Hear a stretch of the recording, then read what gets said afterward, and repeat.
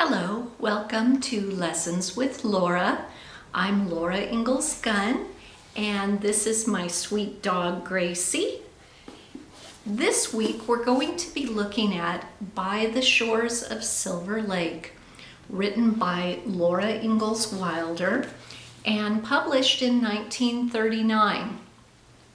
One of the reasons why the Little House books are so endearing to so many people is Laura really wrote from the heart.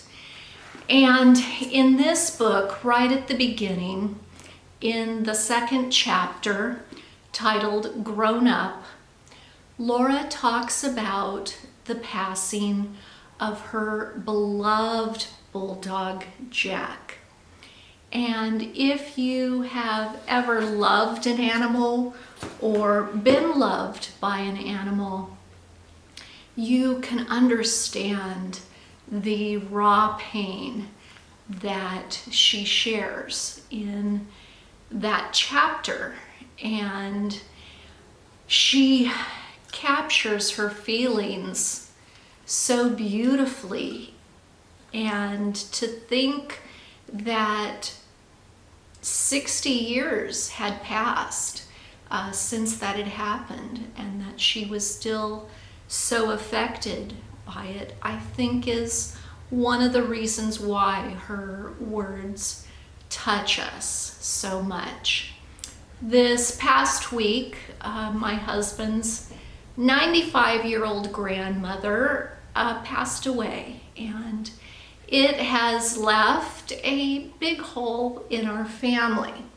So I'm not going to read chapter 2 for you this week.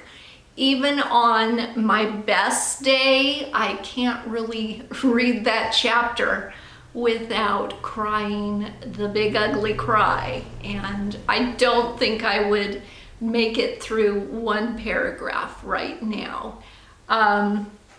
In our family, we have a long history of loving sweet little dogs. And let's see if I can, this is Grandma Joyce with her beloved Boston Terrier. She was a big fan of both Boston Terriers and Dachshunds. In her later years, she had Dachshunds, and that is a tradition that we are obviously carrying on in the Gunn family. And she loved hearing stories about our dear sweet Gracie girl, and we were really blessed to have her in our life. And so I encourage you to read chapter 2 yourself. And this next segment, I'm going to share Grandma Joyce's vintage sewing box and a few other treasures. This past week, my husband's 95-year-old grandmother passed away at her home. We traveled to Florida to spend her last few days with her. And really, there were only a few things that I was really interested in bringing back home with us. I love this picture of Grandma Joyce. She was 21 when that was taken in 1946.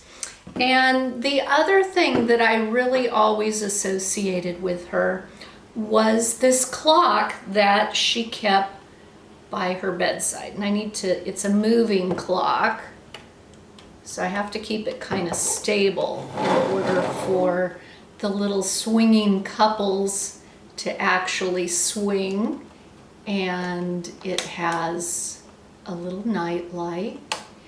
Now, I was a bit worried because when we first arrived at the house, this was not in its usual place. And I found it in a box, sections of it, and another piece in the kitchen. So I spent an afternoon cleaning and repairing it, and I'm happy to see that the clock is working once again. It's by Mastercraft, and it was first started in production in 1948. And there's different styles. You can find them pretty easily on vintage sites such as eBay and Etsy. But I just was always in love with this clock and truly treasured it. And Grandma and I had talked about that when she had first started working, it was one of the first purchases that she had made for her home. And this was Grandma in her later years, and she was always beautifully dressed. Her hair was always perfect, and her signature jewelry was pearls. So I'm wearing my pearls that belonged to my grandmother Mary in honor of both of those wonderful women today. And the other little treasure that I found was Grandma Joyce's sewing box. And you know, she came from the generation that really took care of their things. They wanted things to last. And even though this is a very vintage sewing box, it's really still beautifully intact. Even the strings to hold the lid in place still are working beautifully. And she had her little tomato pin cushion and a box of safety pins, and of course her box of straight pins, and her thimble. We must have had the same size hands because her thimble fits my finger where you're supposed to wear your thimble. And the top section comes out, and inside were some sweet vintage buttons and lovely spools of thread on the old wooden spools that you would have found, and several packages of needles. Now, they just don't make needles like they used to.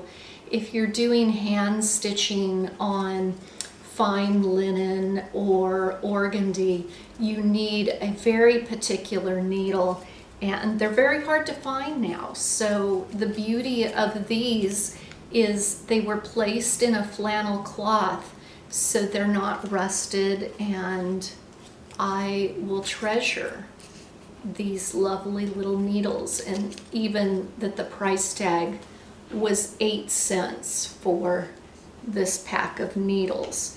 And the other thing that I thought was really fun, for years and years, Grandma worked at Furchgott's in Florida, and it was a fine department store. And she worked in ladies' foundation garments, so ladies' under things.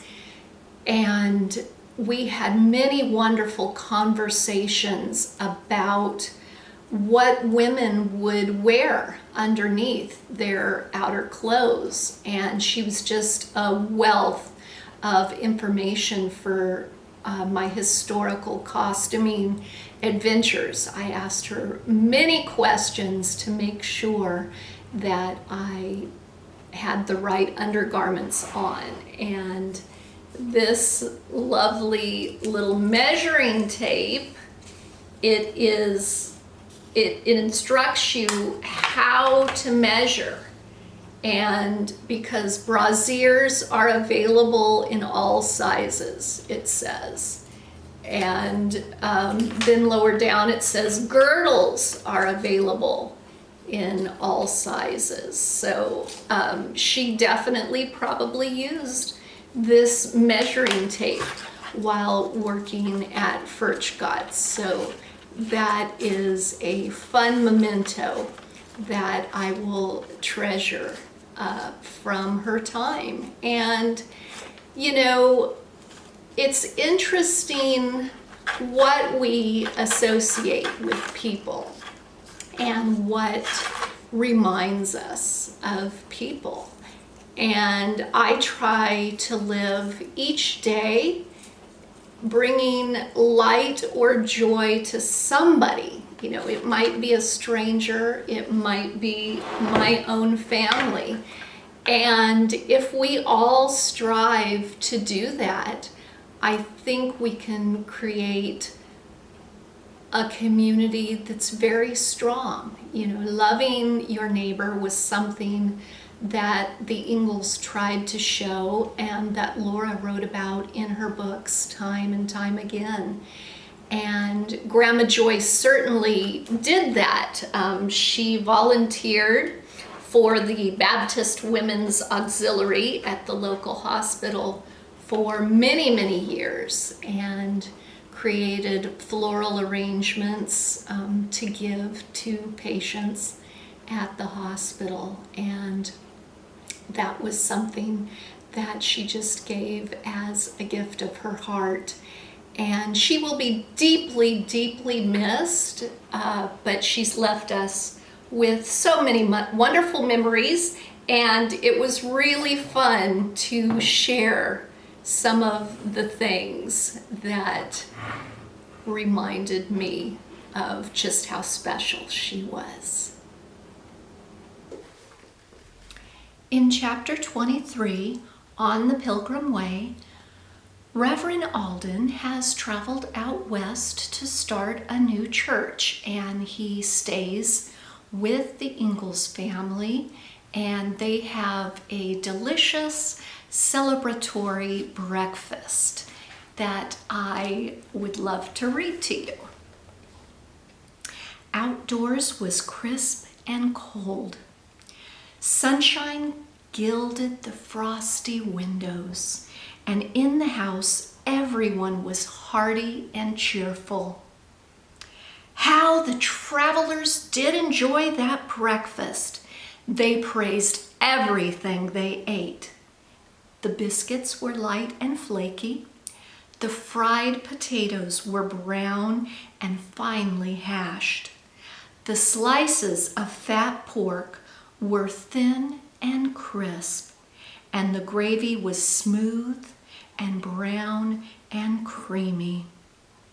There was hot brown sugar syrup and plenty of fragrant steaming tea. And our family will be getting together this weekend, and I want to make this breakfast.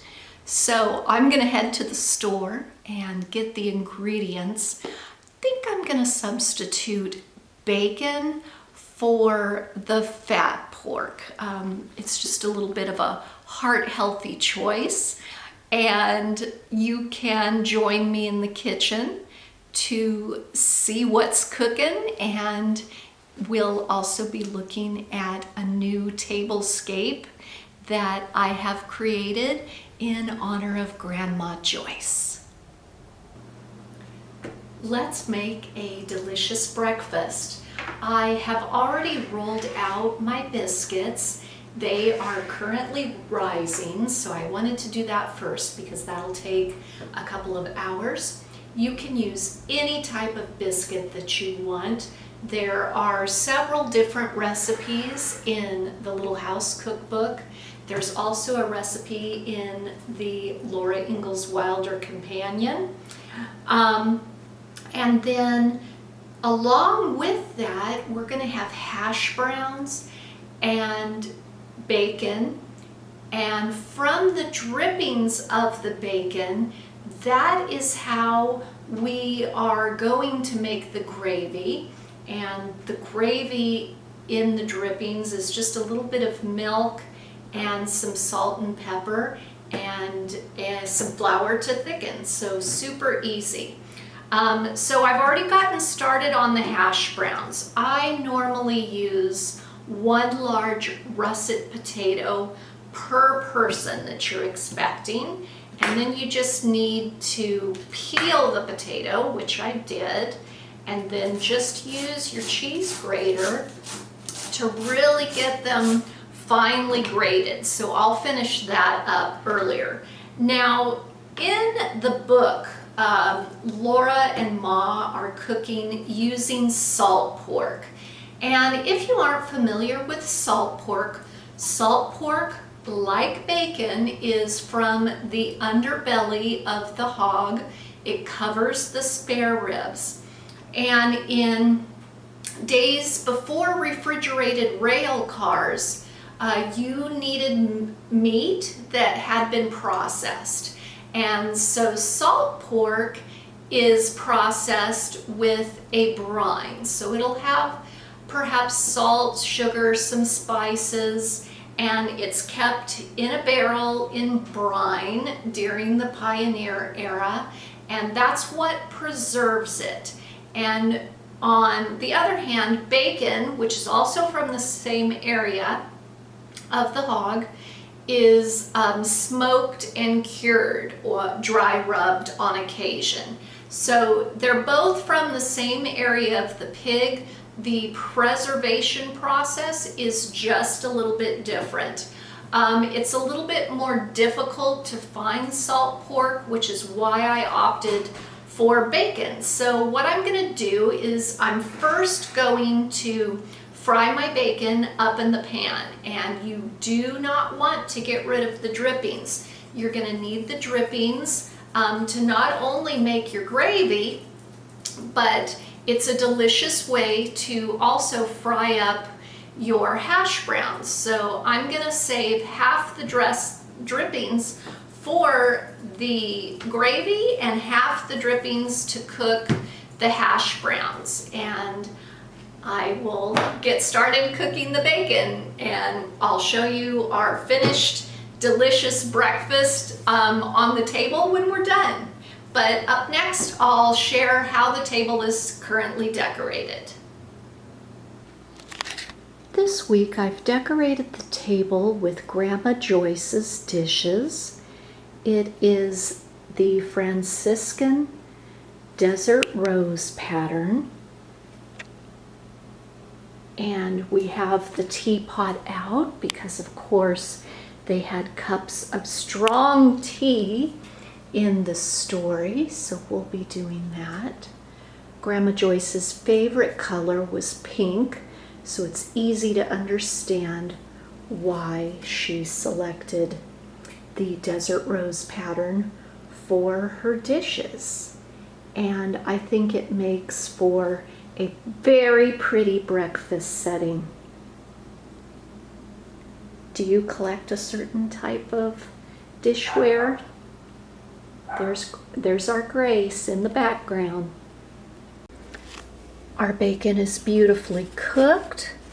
I placed it on some paper towels to absorb the extra oil. Half of the drippings went to make the gravy. I'm not a great gravy maker. As you can see, it's a little bit lumpy, but it tastes good, and that's really all that matters. With the other half of the drippings, I tossed it together with the hash brown potatoes, and now they're baking in a single layer in the oven, and I'll toss it a few more times. It'll take about 30 minutes for them to really crisp up and turn a golden brown.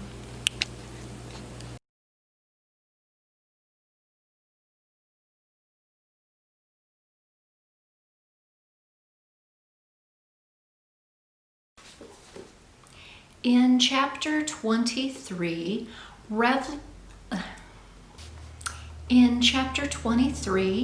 on the Pilgrim Way, Reverend Alden is traveling out west to start a new church, and he is accompanied. Okay.